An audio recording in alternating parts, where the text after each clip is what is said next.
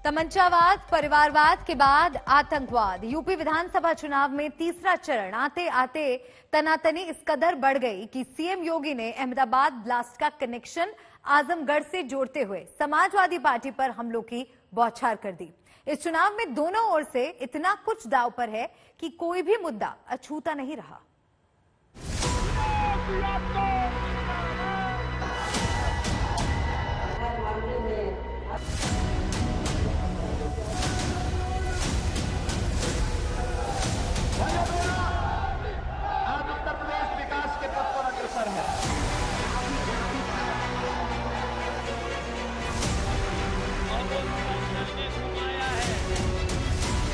तीसरे चरण के मतदान से पहले यूपी की चुनावी फिजा में जीत के दावों का शोर है। डंके की चोट पर दावे हो रहे हैं, दूसरों की पराजय का और अपनी विजय का।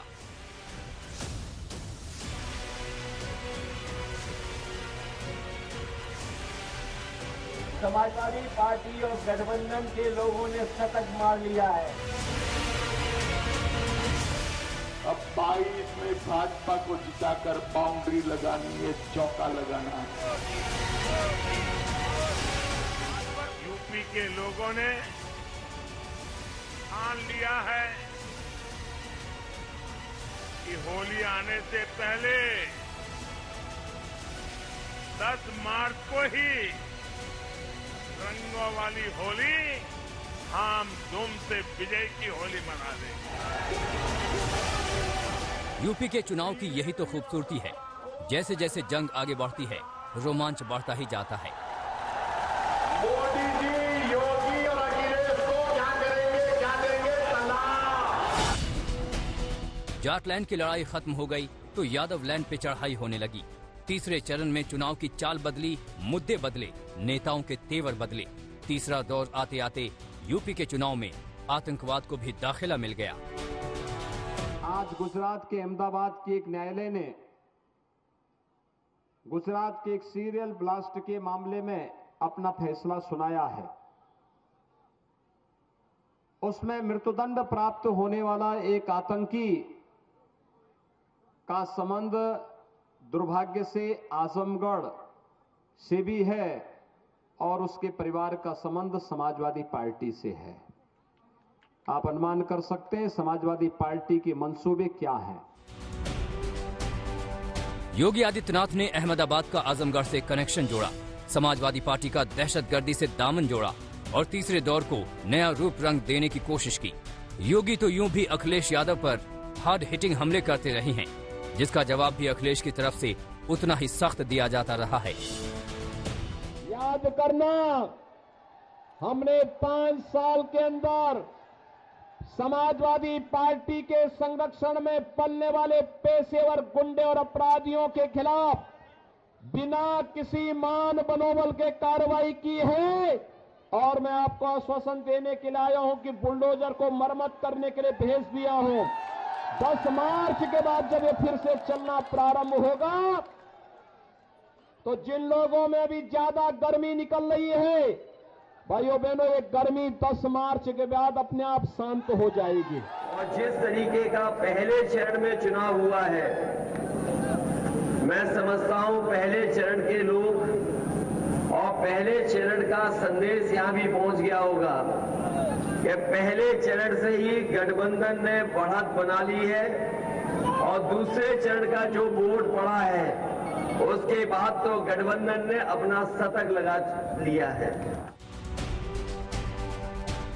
यूपी का चुनाव सिर्फ यूपी तक ही नहीं ठहरता, इस चुनाव का दायरा बड़ा है। ये 2022 का चुनाव जरूर है, लेकिन इसका सीधा असर 2024 के लोकसभा चुनाव पर पड़ना तय है। इसलिए इस चुनाव में हमलों की कोई सीमा नहीं रहती। सारी हदें यूपी के चुनाव में पहले भी टूटती रही हैं और इस बार भी टूट रही हैं। अखिलेश के समर्थन में पिता मुलायम सिंह प्रचार के लिए उतरे तो उन पर भी प्रहार हुआ। नेताजी को भी लेकर के चले गए, मुलायम सिंह जी को, और मुलायम सिंह जी बेचारे मंच पे गए और मंच पे जाते ही उन्होंने कहा, ठीक है भाइयों बहनों, आप जो है करहल में जो काम कर रहे हैं अच्छा कर रहे हैं। समाजवादी पार्टी के नेता चिल्लाते रह रहे थे, कह रहे थे कि आप बोलिए ना इनको वोट देने के लिए। उन्होंने कहा नहीं नहीं, जिसको यहां की जनता जिताना चाहती जिता दीजिए। यानी उन्हें नाम भी नहीं मालूम था। ये जो परिवारवादी कह रहे हैं कि घोर परिवारवादी हैं, याद रखना आप लोग, जिसका परिवार होता है वो ही परिवार वालों का दुख दर्द समझ सकता है। ये भारतीय जनता पार्टी के नेता जो राज कर रहे हैं, इनके कोई परिवार नहीं है। एक परिवार वाला ही महसूस कर सकता है अपना दायित्व, अपनी जिम्मेदारी, और एक परिवार वाला ही समझता है कि महंगाई क्या है। ये तो तय मानिए कि तीसरे चरण के मतदान के साथ ही यूपी में नई सरकार की बुनियाद तकरीबन तय हो जाएगी। जो आगे निकल गया उसे पछाड़ना मुश्किल होगा, जो पिछड़ गया उसके लिए भरपाई करना कठिन हो जाएगा। इसलिए कल की वोटिंग में कांटे की ऐसी टक्कर है, हमलों की ऐसी बौछार है जो पहले कभी देखा और सुना नहीं गया। और यही यूपी के चुनाव का रोमांच भी है। आज तक ब्यूरो।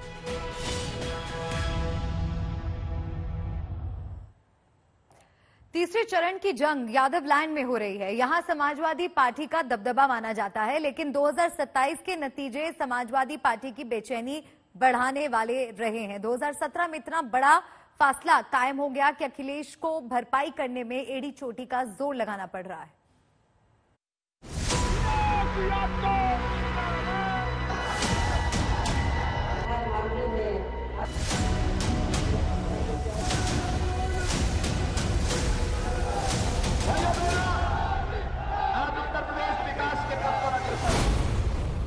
तीसरे दौर की लड़ाई बीजेपी के लिए जीत की गारंटी होगी तो समाजवादी पार्टी के लिए साख का सवाल होगा।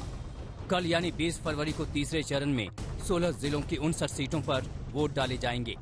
कल उन इलाकों में वोटिंग होगी जो समाजवादी पार्टी के गढ़ रहे हैं, लेकिन जहां सत्ता में रहने के बावजूद समाजवादी पार्टी 2017 में औंधे मुंह गिर गई थी। 2017 में तीसरे फेज की 59 सीटों में से समाजवादी पार्टी को 8 सीटें मिली थीं, जबकि गठबंधन की सहयोगी कांग्रेस केवल एक ही सीट जीत पाई थी और बीजेपी ने सर्वश्रेष्ठ प्रदर्शन करते हुए 59 में से 49 सीटें जीतने का रिकॉर्ड बनाया था।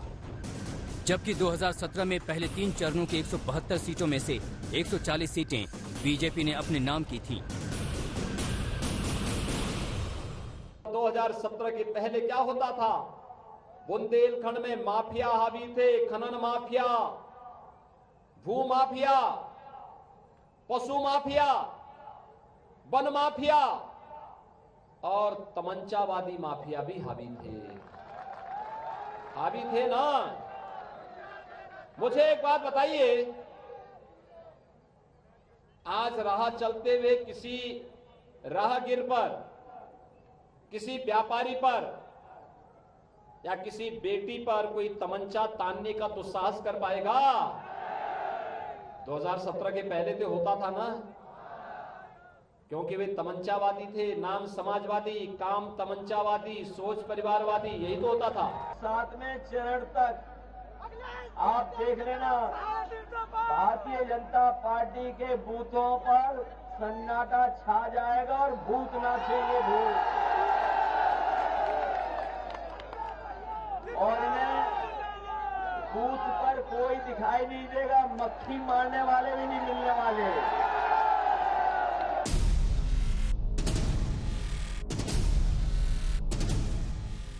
तीसरे चरण के चुनाव जिन 16 जिलों में हो रहे हैं, उनमें से 8 जिलों को समाजवादी पार्टी का गढ़ माना जाता है।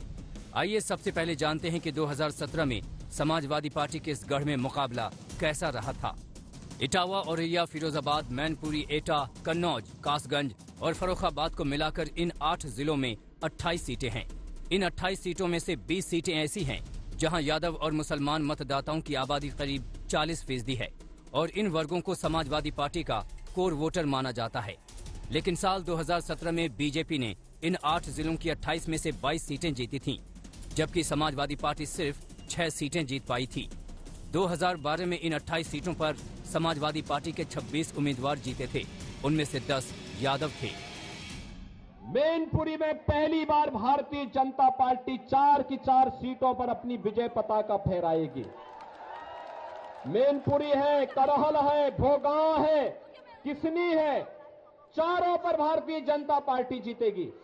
और सबका साथ और सबके विकास के लिए हम लोगों ने तय किया है एक हाथ पर विकास की छड़ी और दूसरे हाथ पर बुलडोजर का स्टीयरिंग लेकर के पूरे प्रदेश के अंदर हम लोग घूमेंगे। लेकिन तीसरे दौर में बीजेपी ने कन्नौज में भी मुकाबला तगड़ा कर दिया है। यहां बीजेपी ने पूर्व आईपीएस असीम अरुण को अपना उम्मीदवार बनाया है। बीजेपी की पूरी कोशिश है कि समाजवादी पार्टी के गढ़ को ध्वस्त किया जाए। नतीजे बताएंगे कि बीजेपी की कोशिश कितनी कामयाब रही। आज तक ब्यूरो।